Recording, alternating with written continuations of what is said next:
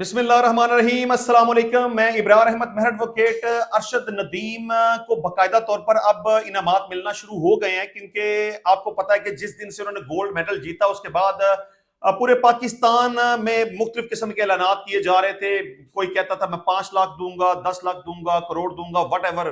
कुछ कह रहे थे कि सोने का ताज दिया जाएगा, प्लाट दिए जाएंगे, वगैरह वगैरह। लेकिन अब उनको बाकायदा तौर पर इनामात मिलने शुरू हो गए हैं, और इनामात देने में जो सबसे पहला नंबर निकला है वो मौलाना तारक जमील साहब का निकला है।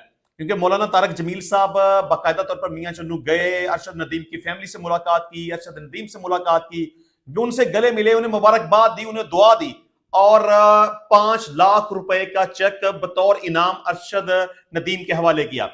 वहां पर मौलाना तारक जमील साहब ने एक बड़ी जबरदस्त अनाउंसमेंट यह भी की कि मैं अरशद नदीम के साथ मिलकर पूरे पाकिस्तान में 10 लाख पौधे लगाऊंगा। चलें जी, मौलाना तारक जमील साहब से ये शुरुआत हो गई, और उसके बाद पंजाब हुकूमत की तरफ से भी अरशद नदीम को आज बड़े सारे इनामात से नवाजा गया है। क्योंकि मरियम नवाज आज अपनी पूरी टीम के साथ हेलीकॉप्टर पर बैठकर मियां चन्नू गई, वहां पर अरशद नदीम की फैमिली से मुलाकात की। मरियम नवाज ने अरशद नदीम की वालदा को गले मिली, उनको मुबारकबाद दी, अरशद नदीम को थपकी दी, शाबाश दी, उनको मुबारकबाद दी। और मरियम नवाज की तरफ से बड़े इनामात दिए गए। वो 3 किस्म के इनामात थे। सबसे पहला इनाम जो अरशद नदीम को दिया गया वो 10 करोड़ रुपए का था, क्योंकि मरियम नवाज की तरफ से ये अनाउंसमेंट थी। जिस दिन अरशद नदीम ने गोल्ड मेडल हासिल किया उसी दिन पंजाब हुकूमत की तरफ से, मतलब कि मरियम नवाज की तरफ से ये ऐलान था कि अरशद नदीम को 10 करोड़ रुपए बतौर इनाम दिया जाएगा। तो बहरहाल आज मरियम नवाज ने अपना किया वो वादा पूरा कर लिया। वहां पहुंचकर उन्होंने अरशद नदीम को 10 करोड़ रुपए का चेक दे दिया। ये मैं समझता हूं कि बहुत बड़ी रकम है, और इस बात को बहुत अप्रिशिएट भी किया जाना चाहिए। मरियम नवाज की तरफ से अरशद नदीम को जो दूसरा बड़ा इनाम दिया गया वो एक हुंडा स्विक गाड़ी थी, और आई थिंक सो कि उसकी कीमत भी 1 करोड़ से ऊपर है। और उसमें सबसे मजेदार चीज ये थी कि अरशद नदीम ने जो थ्रो फेंका, और 92.97 मीटर उन्होंने अपना टारगेट अचीव किया, वर्ल्ड रिकॉर्ड कायम किया, गोल्ड मेडल जीता। उठ 92.97 के अकॉर्डिंगली उन्हें गाड़ी का नंबर अलॉट किया गया। यानी अरशद नदीम को जो हुंडा स्विक गाड़ी दी गई उसका नंबर था PAK, मतलब कि पाकिस्तान के नाम से 92.97। यानी कि 10 करोड़ रुपया भी नकद इनाम दिया गया, हुंडा स्विक भी दी गई, और तीसरा इनाम अरशद नदीम के कोच सलमान बट को 50 लाख रुपए का चेक दिया गया। बहरहाल मरियम नवाज ने वहां कुछ टाइम गुजारा, उसके बाद अपना फोटोशूट वगैरह किया, टिकटॉक वगैरह के हवाले से कुछ वीडियोस वगैरह बनाई, और हेलीकॉप्टर पर बैठकर वापस लाहौर चली गई। अच्छा, मरियम नवाज ने जब ये इनामात वगैरह दिए उस हवाले से कुछ तस्वीर बनवाई गई, कुछ वीडियोस वगैरह बनवाई गई, और मरियम नवाज ने अपने ट्विटर अकाउंट के ऊपर एक तस्वीर शेयर की जिसमें वो अरशद नदीम के साथ बैठी हुई थी। तो उसके ऊपर बहुत सारे लोगों ने बड़े बेहुदा किस्म के कमेंट्स लगाने शुरू कर दिए।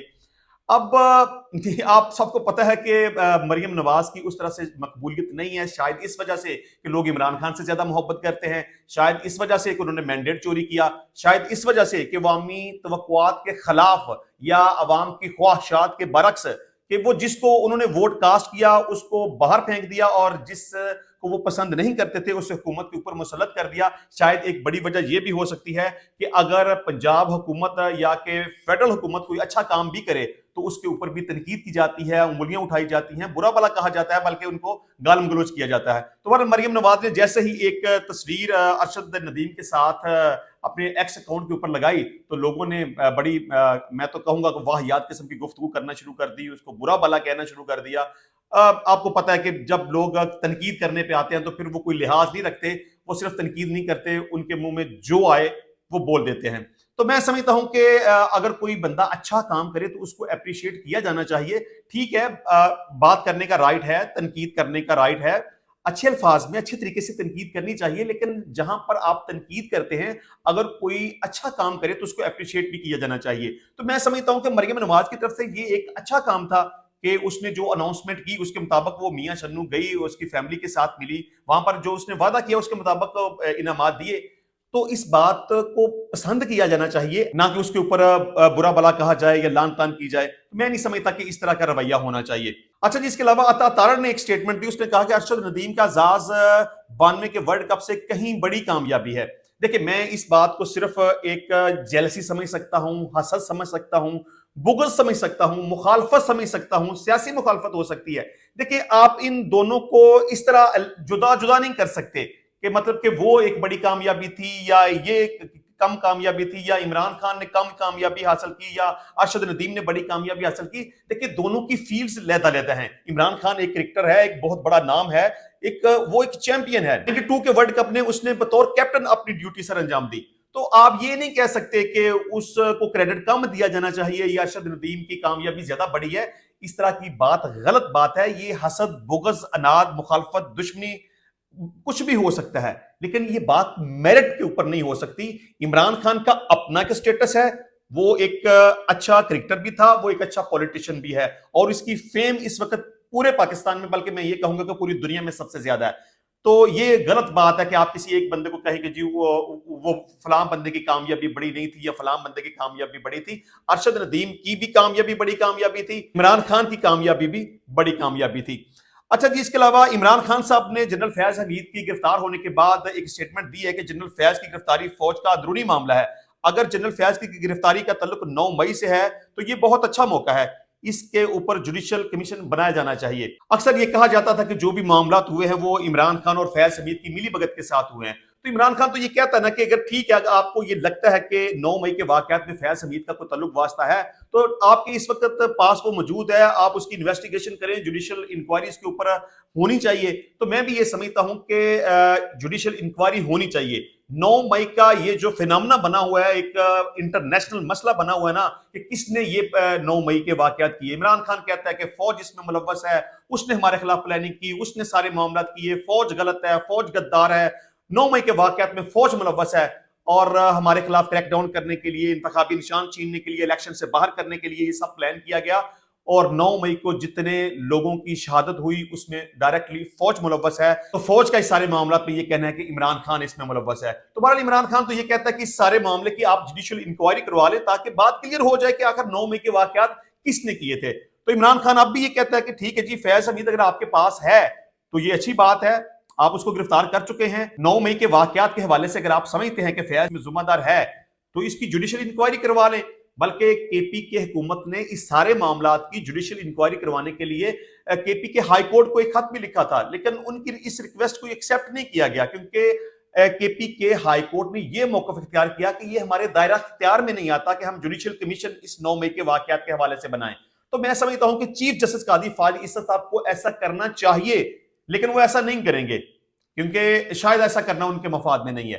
लेकिन बहरहाल इस मामले को क्लियर होना चाहिए, कौम के सामने जो सही बात है वो आनी चाहिए, जुडिशियल कमीशन बनाया जाना चाहिए, और एक ट्रांसपेरेंट जो ओपिनियन है वो पूरी कौम के सामने आनी चाहिए। आखिर इसमें सही क्या है, गलत क्या है, जिम्मेदार कौन है, कौन नहीं है, ये बात वाज़ेह होनी चाहिए। अच्छा जी, जनरल फैज की गिरफ्तारी के बाद सीनियर तजियाकार हामिद मीर साहब ने क्या कहा वो मैं आपके सामने रखता हूं।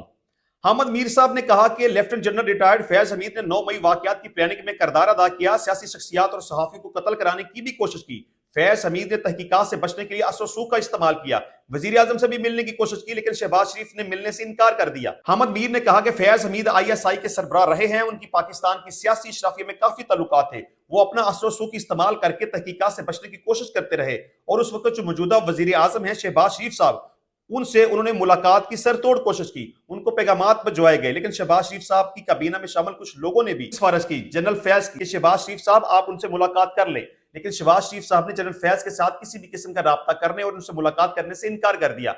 हामिद मीर ने कहा कि इसके बाद हाल ही में कुछ इन्वेस्टिगेशन हुई, जनरल फैज के बारे में ये अफवाहें फैलाई जाती थी कि वो बड़ी पाबंदियों का शिकार हैं, वो कस्टडी में हैं या हाउस अरेस्ट हैं। ऐसी कोई बात नहीं थी, वो बिल्कुल आजाद थे, और उनकी आजादी उनकी मुश्किलात का पेश खेमा साबित हुई, क्योंकि उनके राब्तों को मॉनिटर किया जा रहा था। इस दौरान यह भी पता चला कि जनरल फैज हमीद का 9 मई 2023 के वाकयात की प्लानिंग में किरदार था। बगावत की जो कोशिश थी इसमें भी उसके मशवरे शामिल थे। हामिद मीर ने कहा कि पिछले साल फैज हमीद के हवाले से कुछ शोहद मिले कि वो DGISI थे, तो उन्होंने कुछ सियासी शख्सियात और सहाफियों को कत्ल कराने की कोशिश की, और इस सिलसिले में बाकायदा कुछ सबूत भी हासिल किए गए।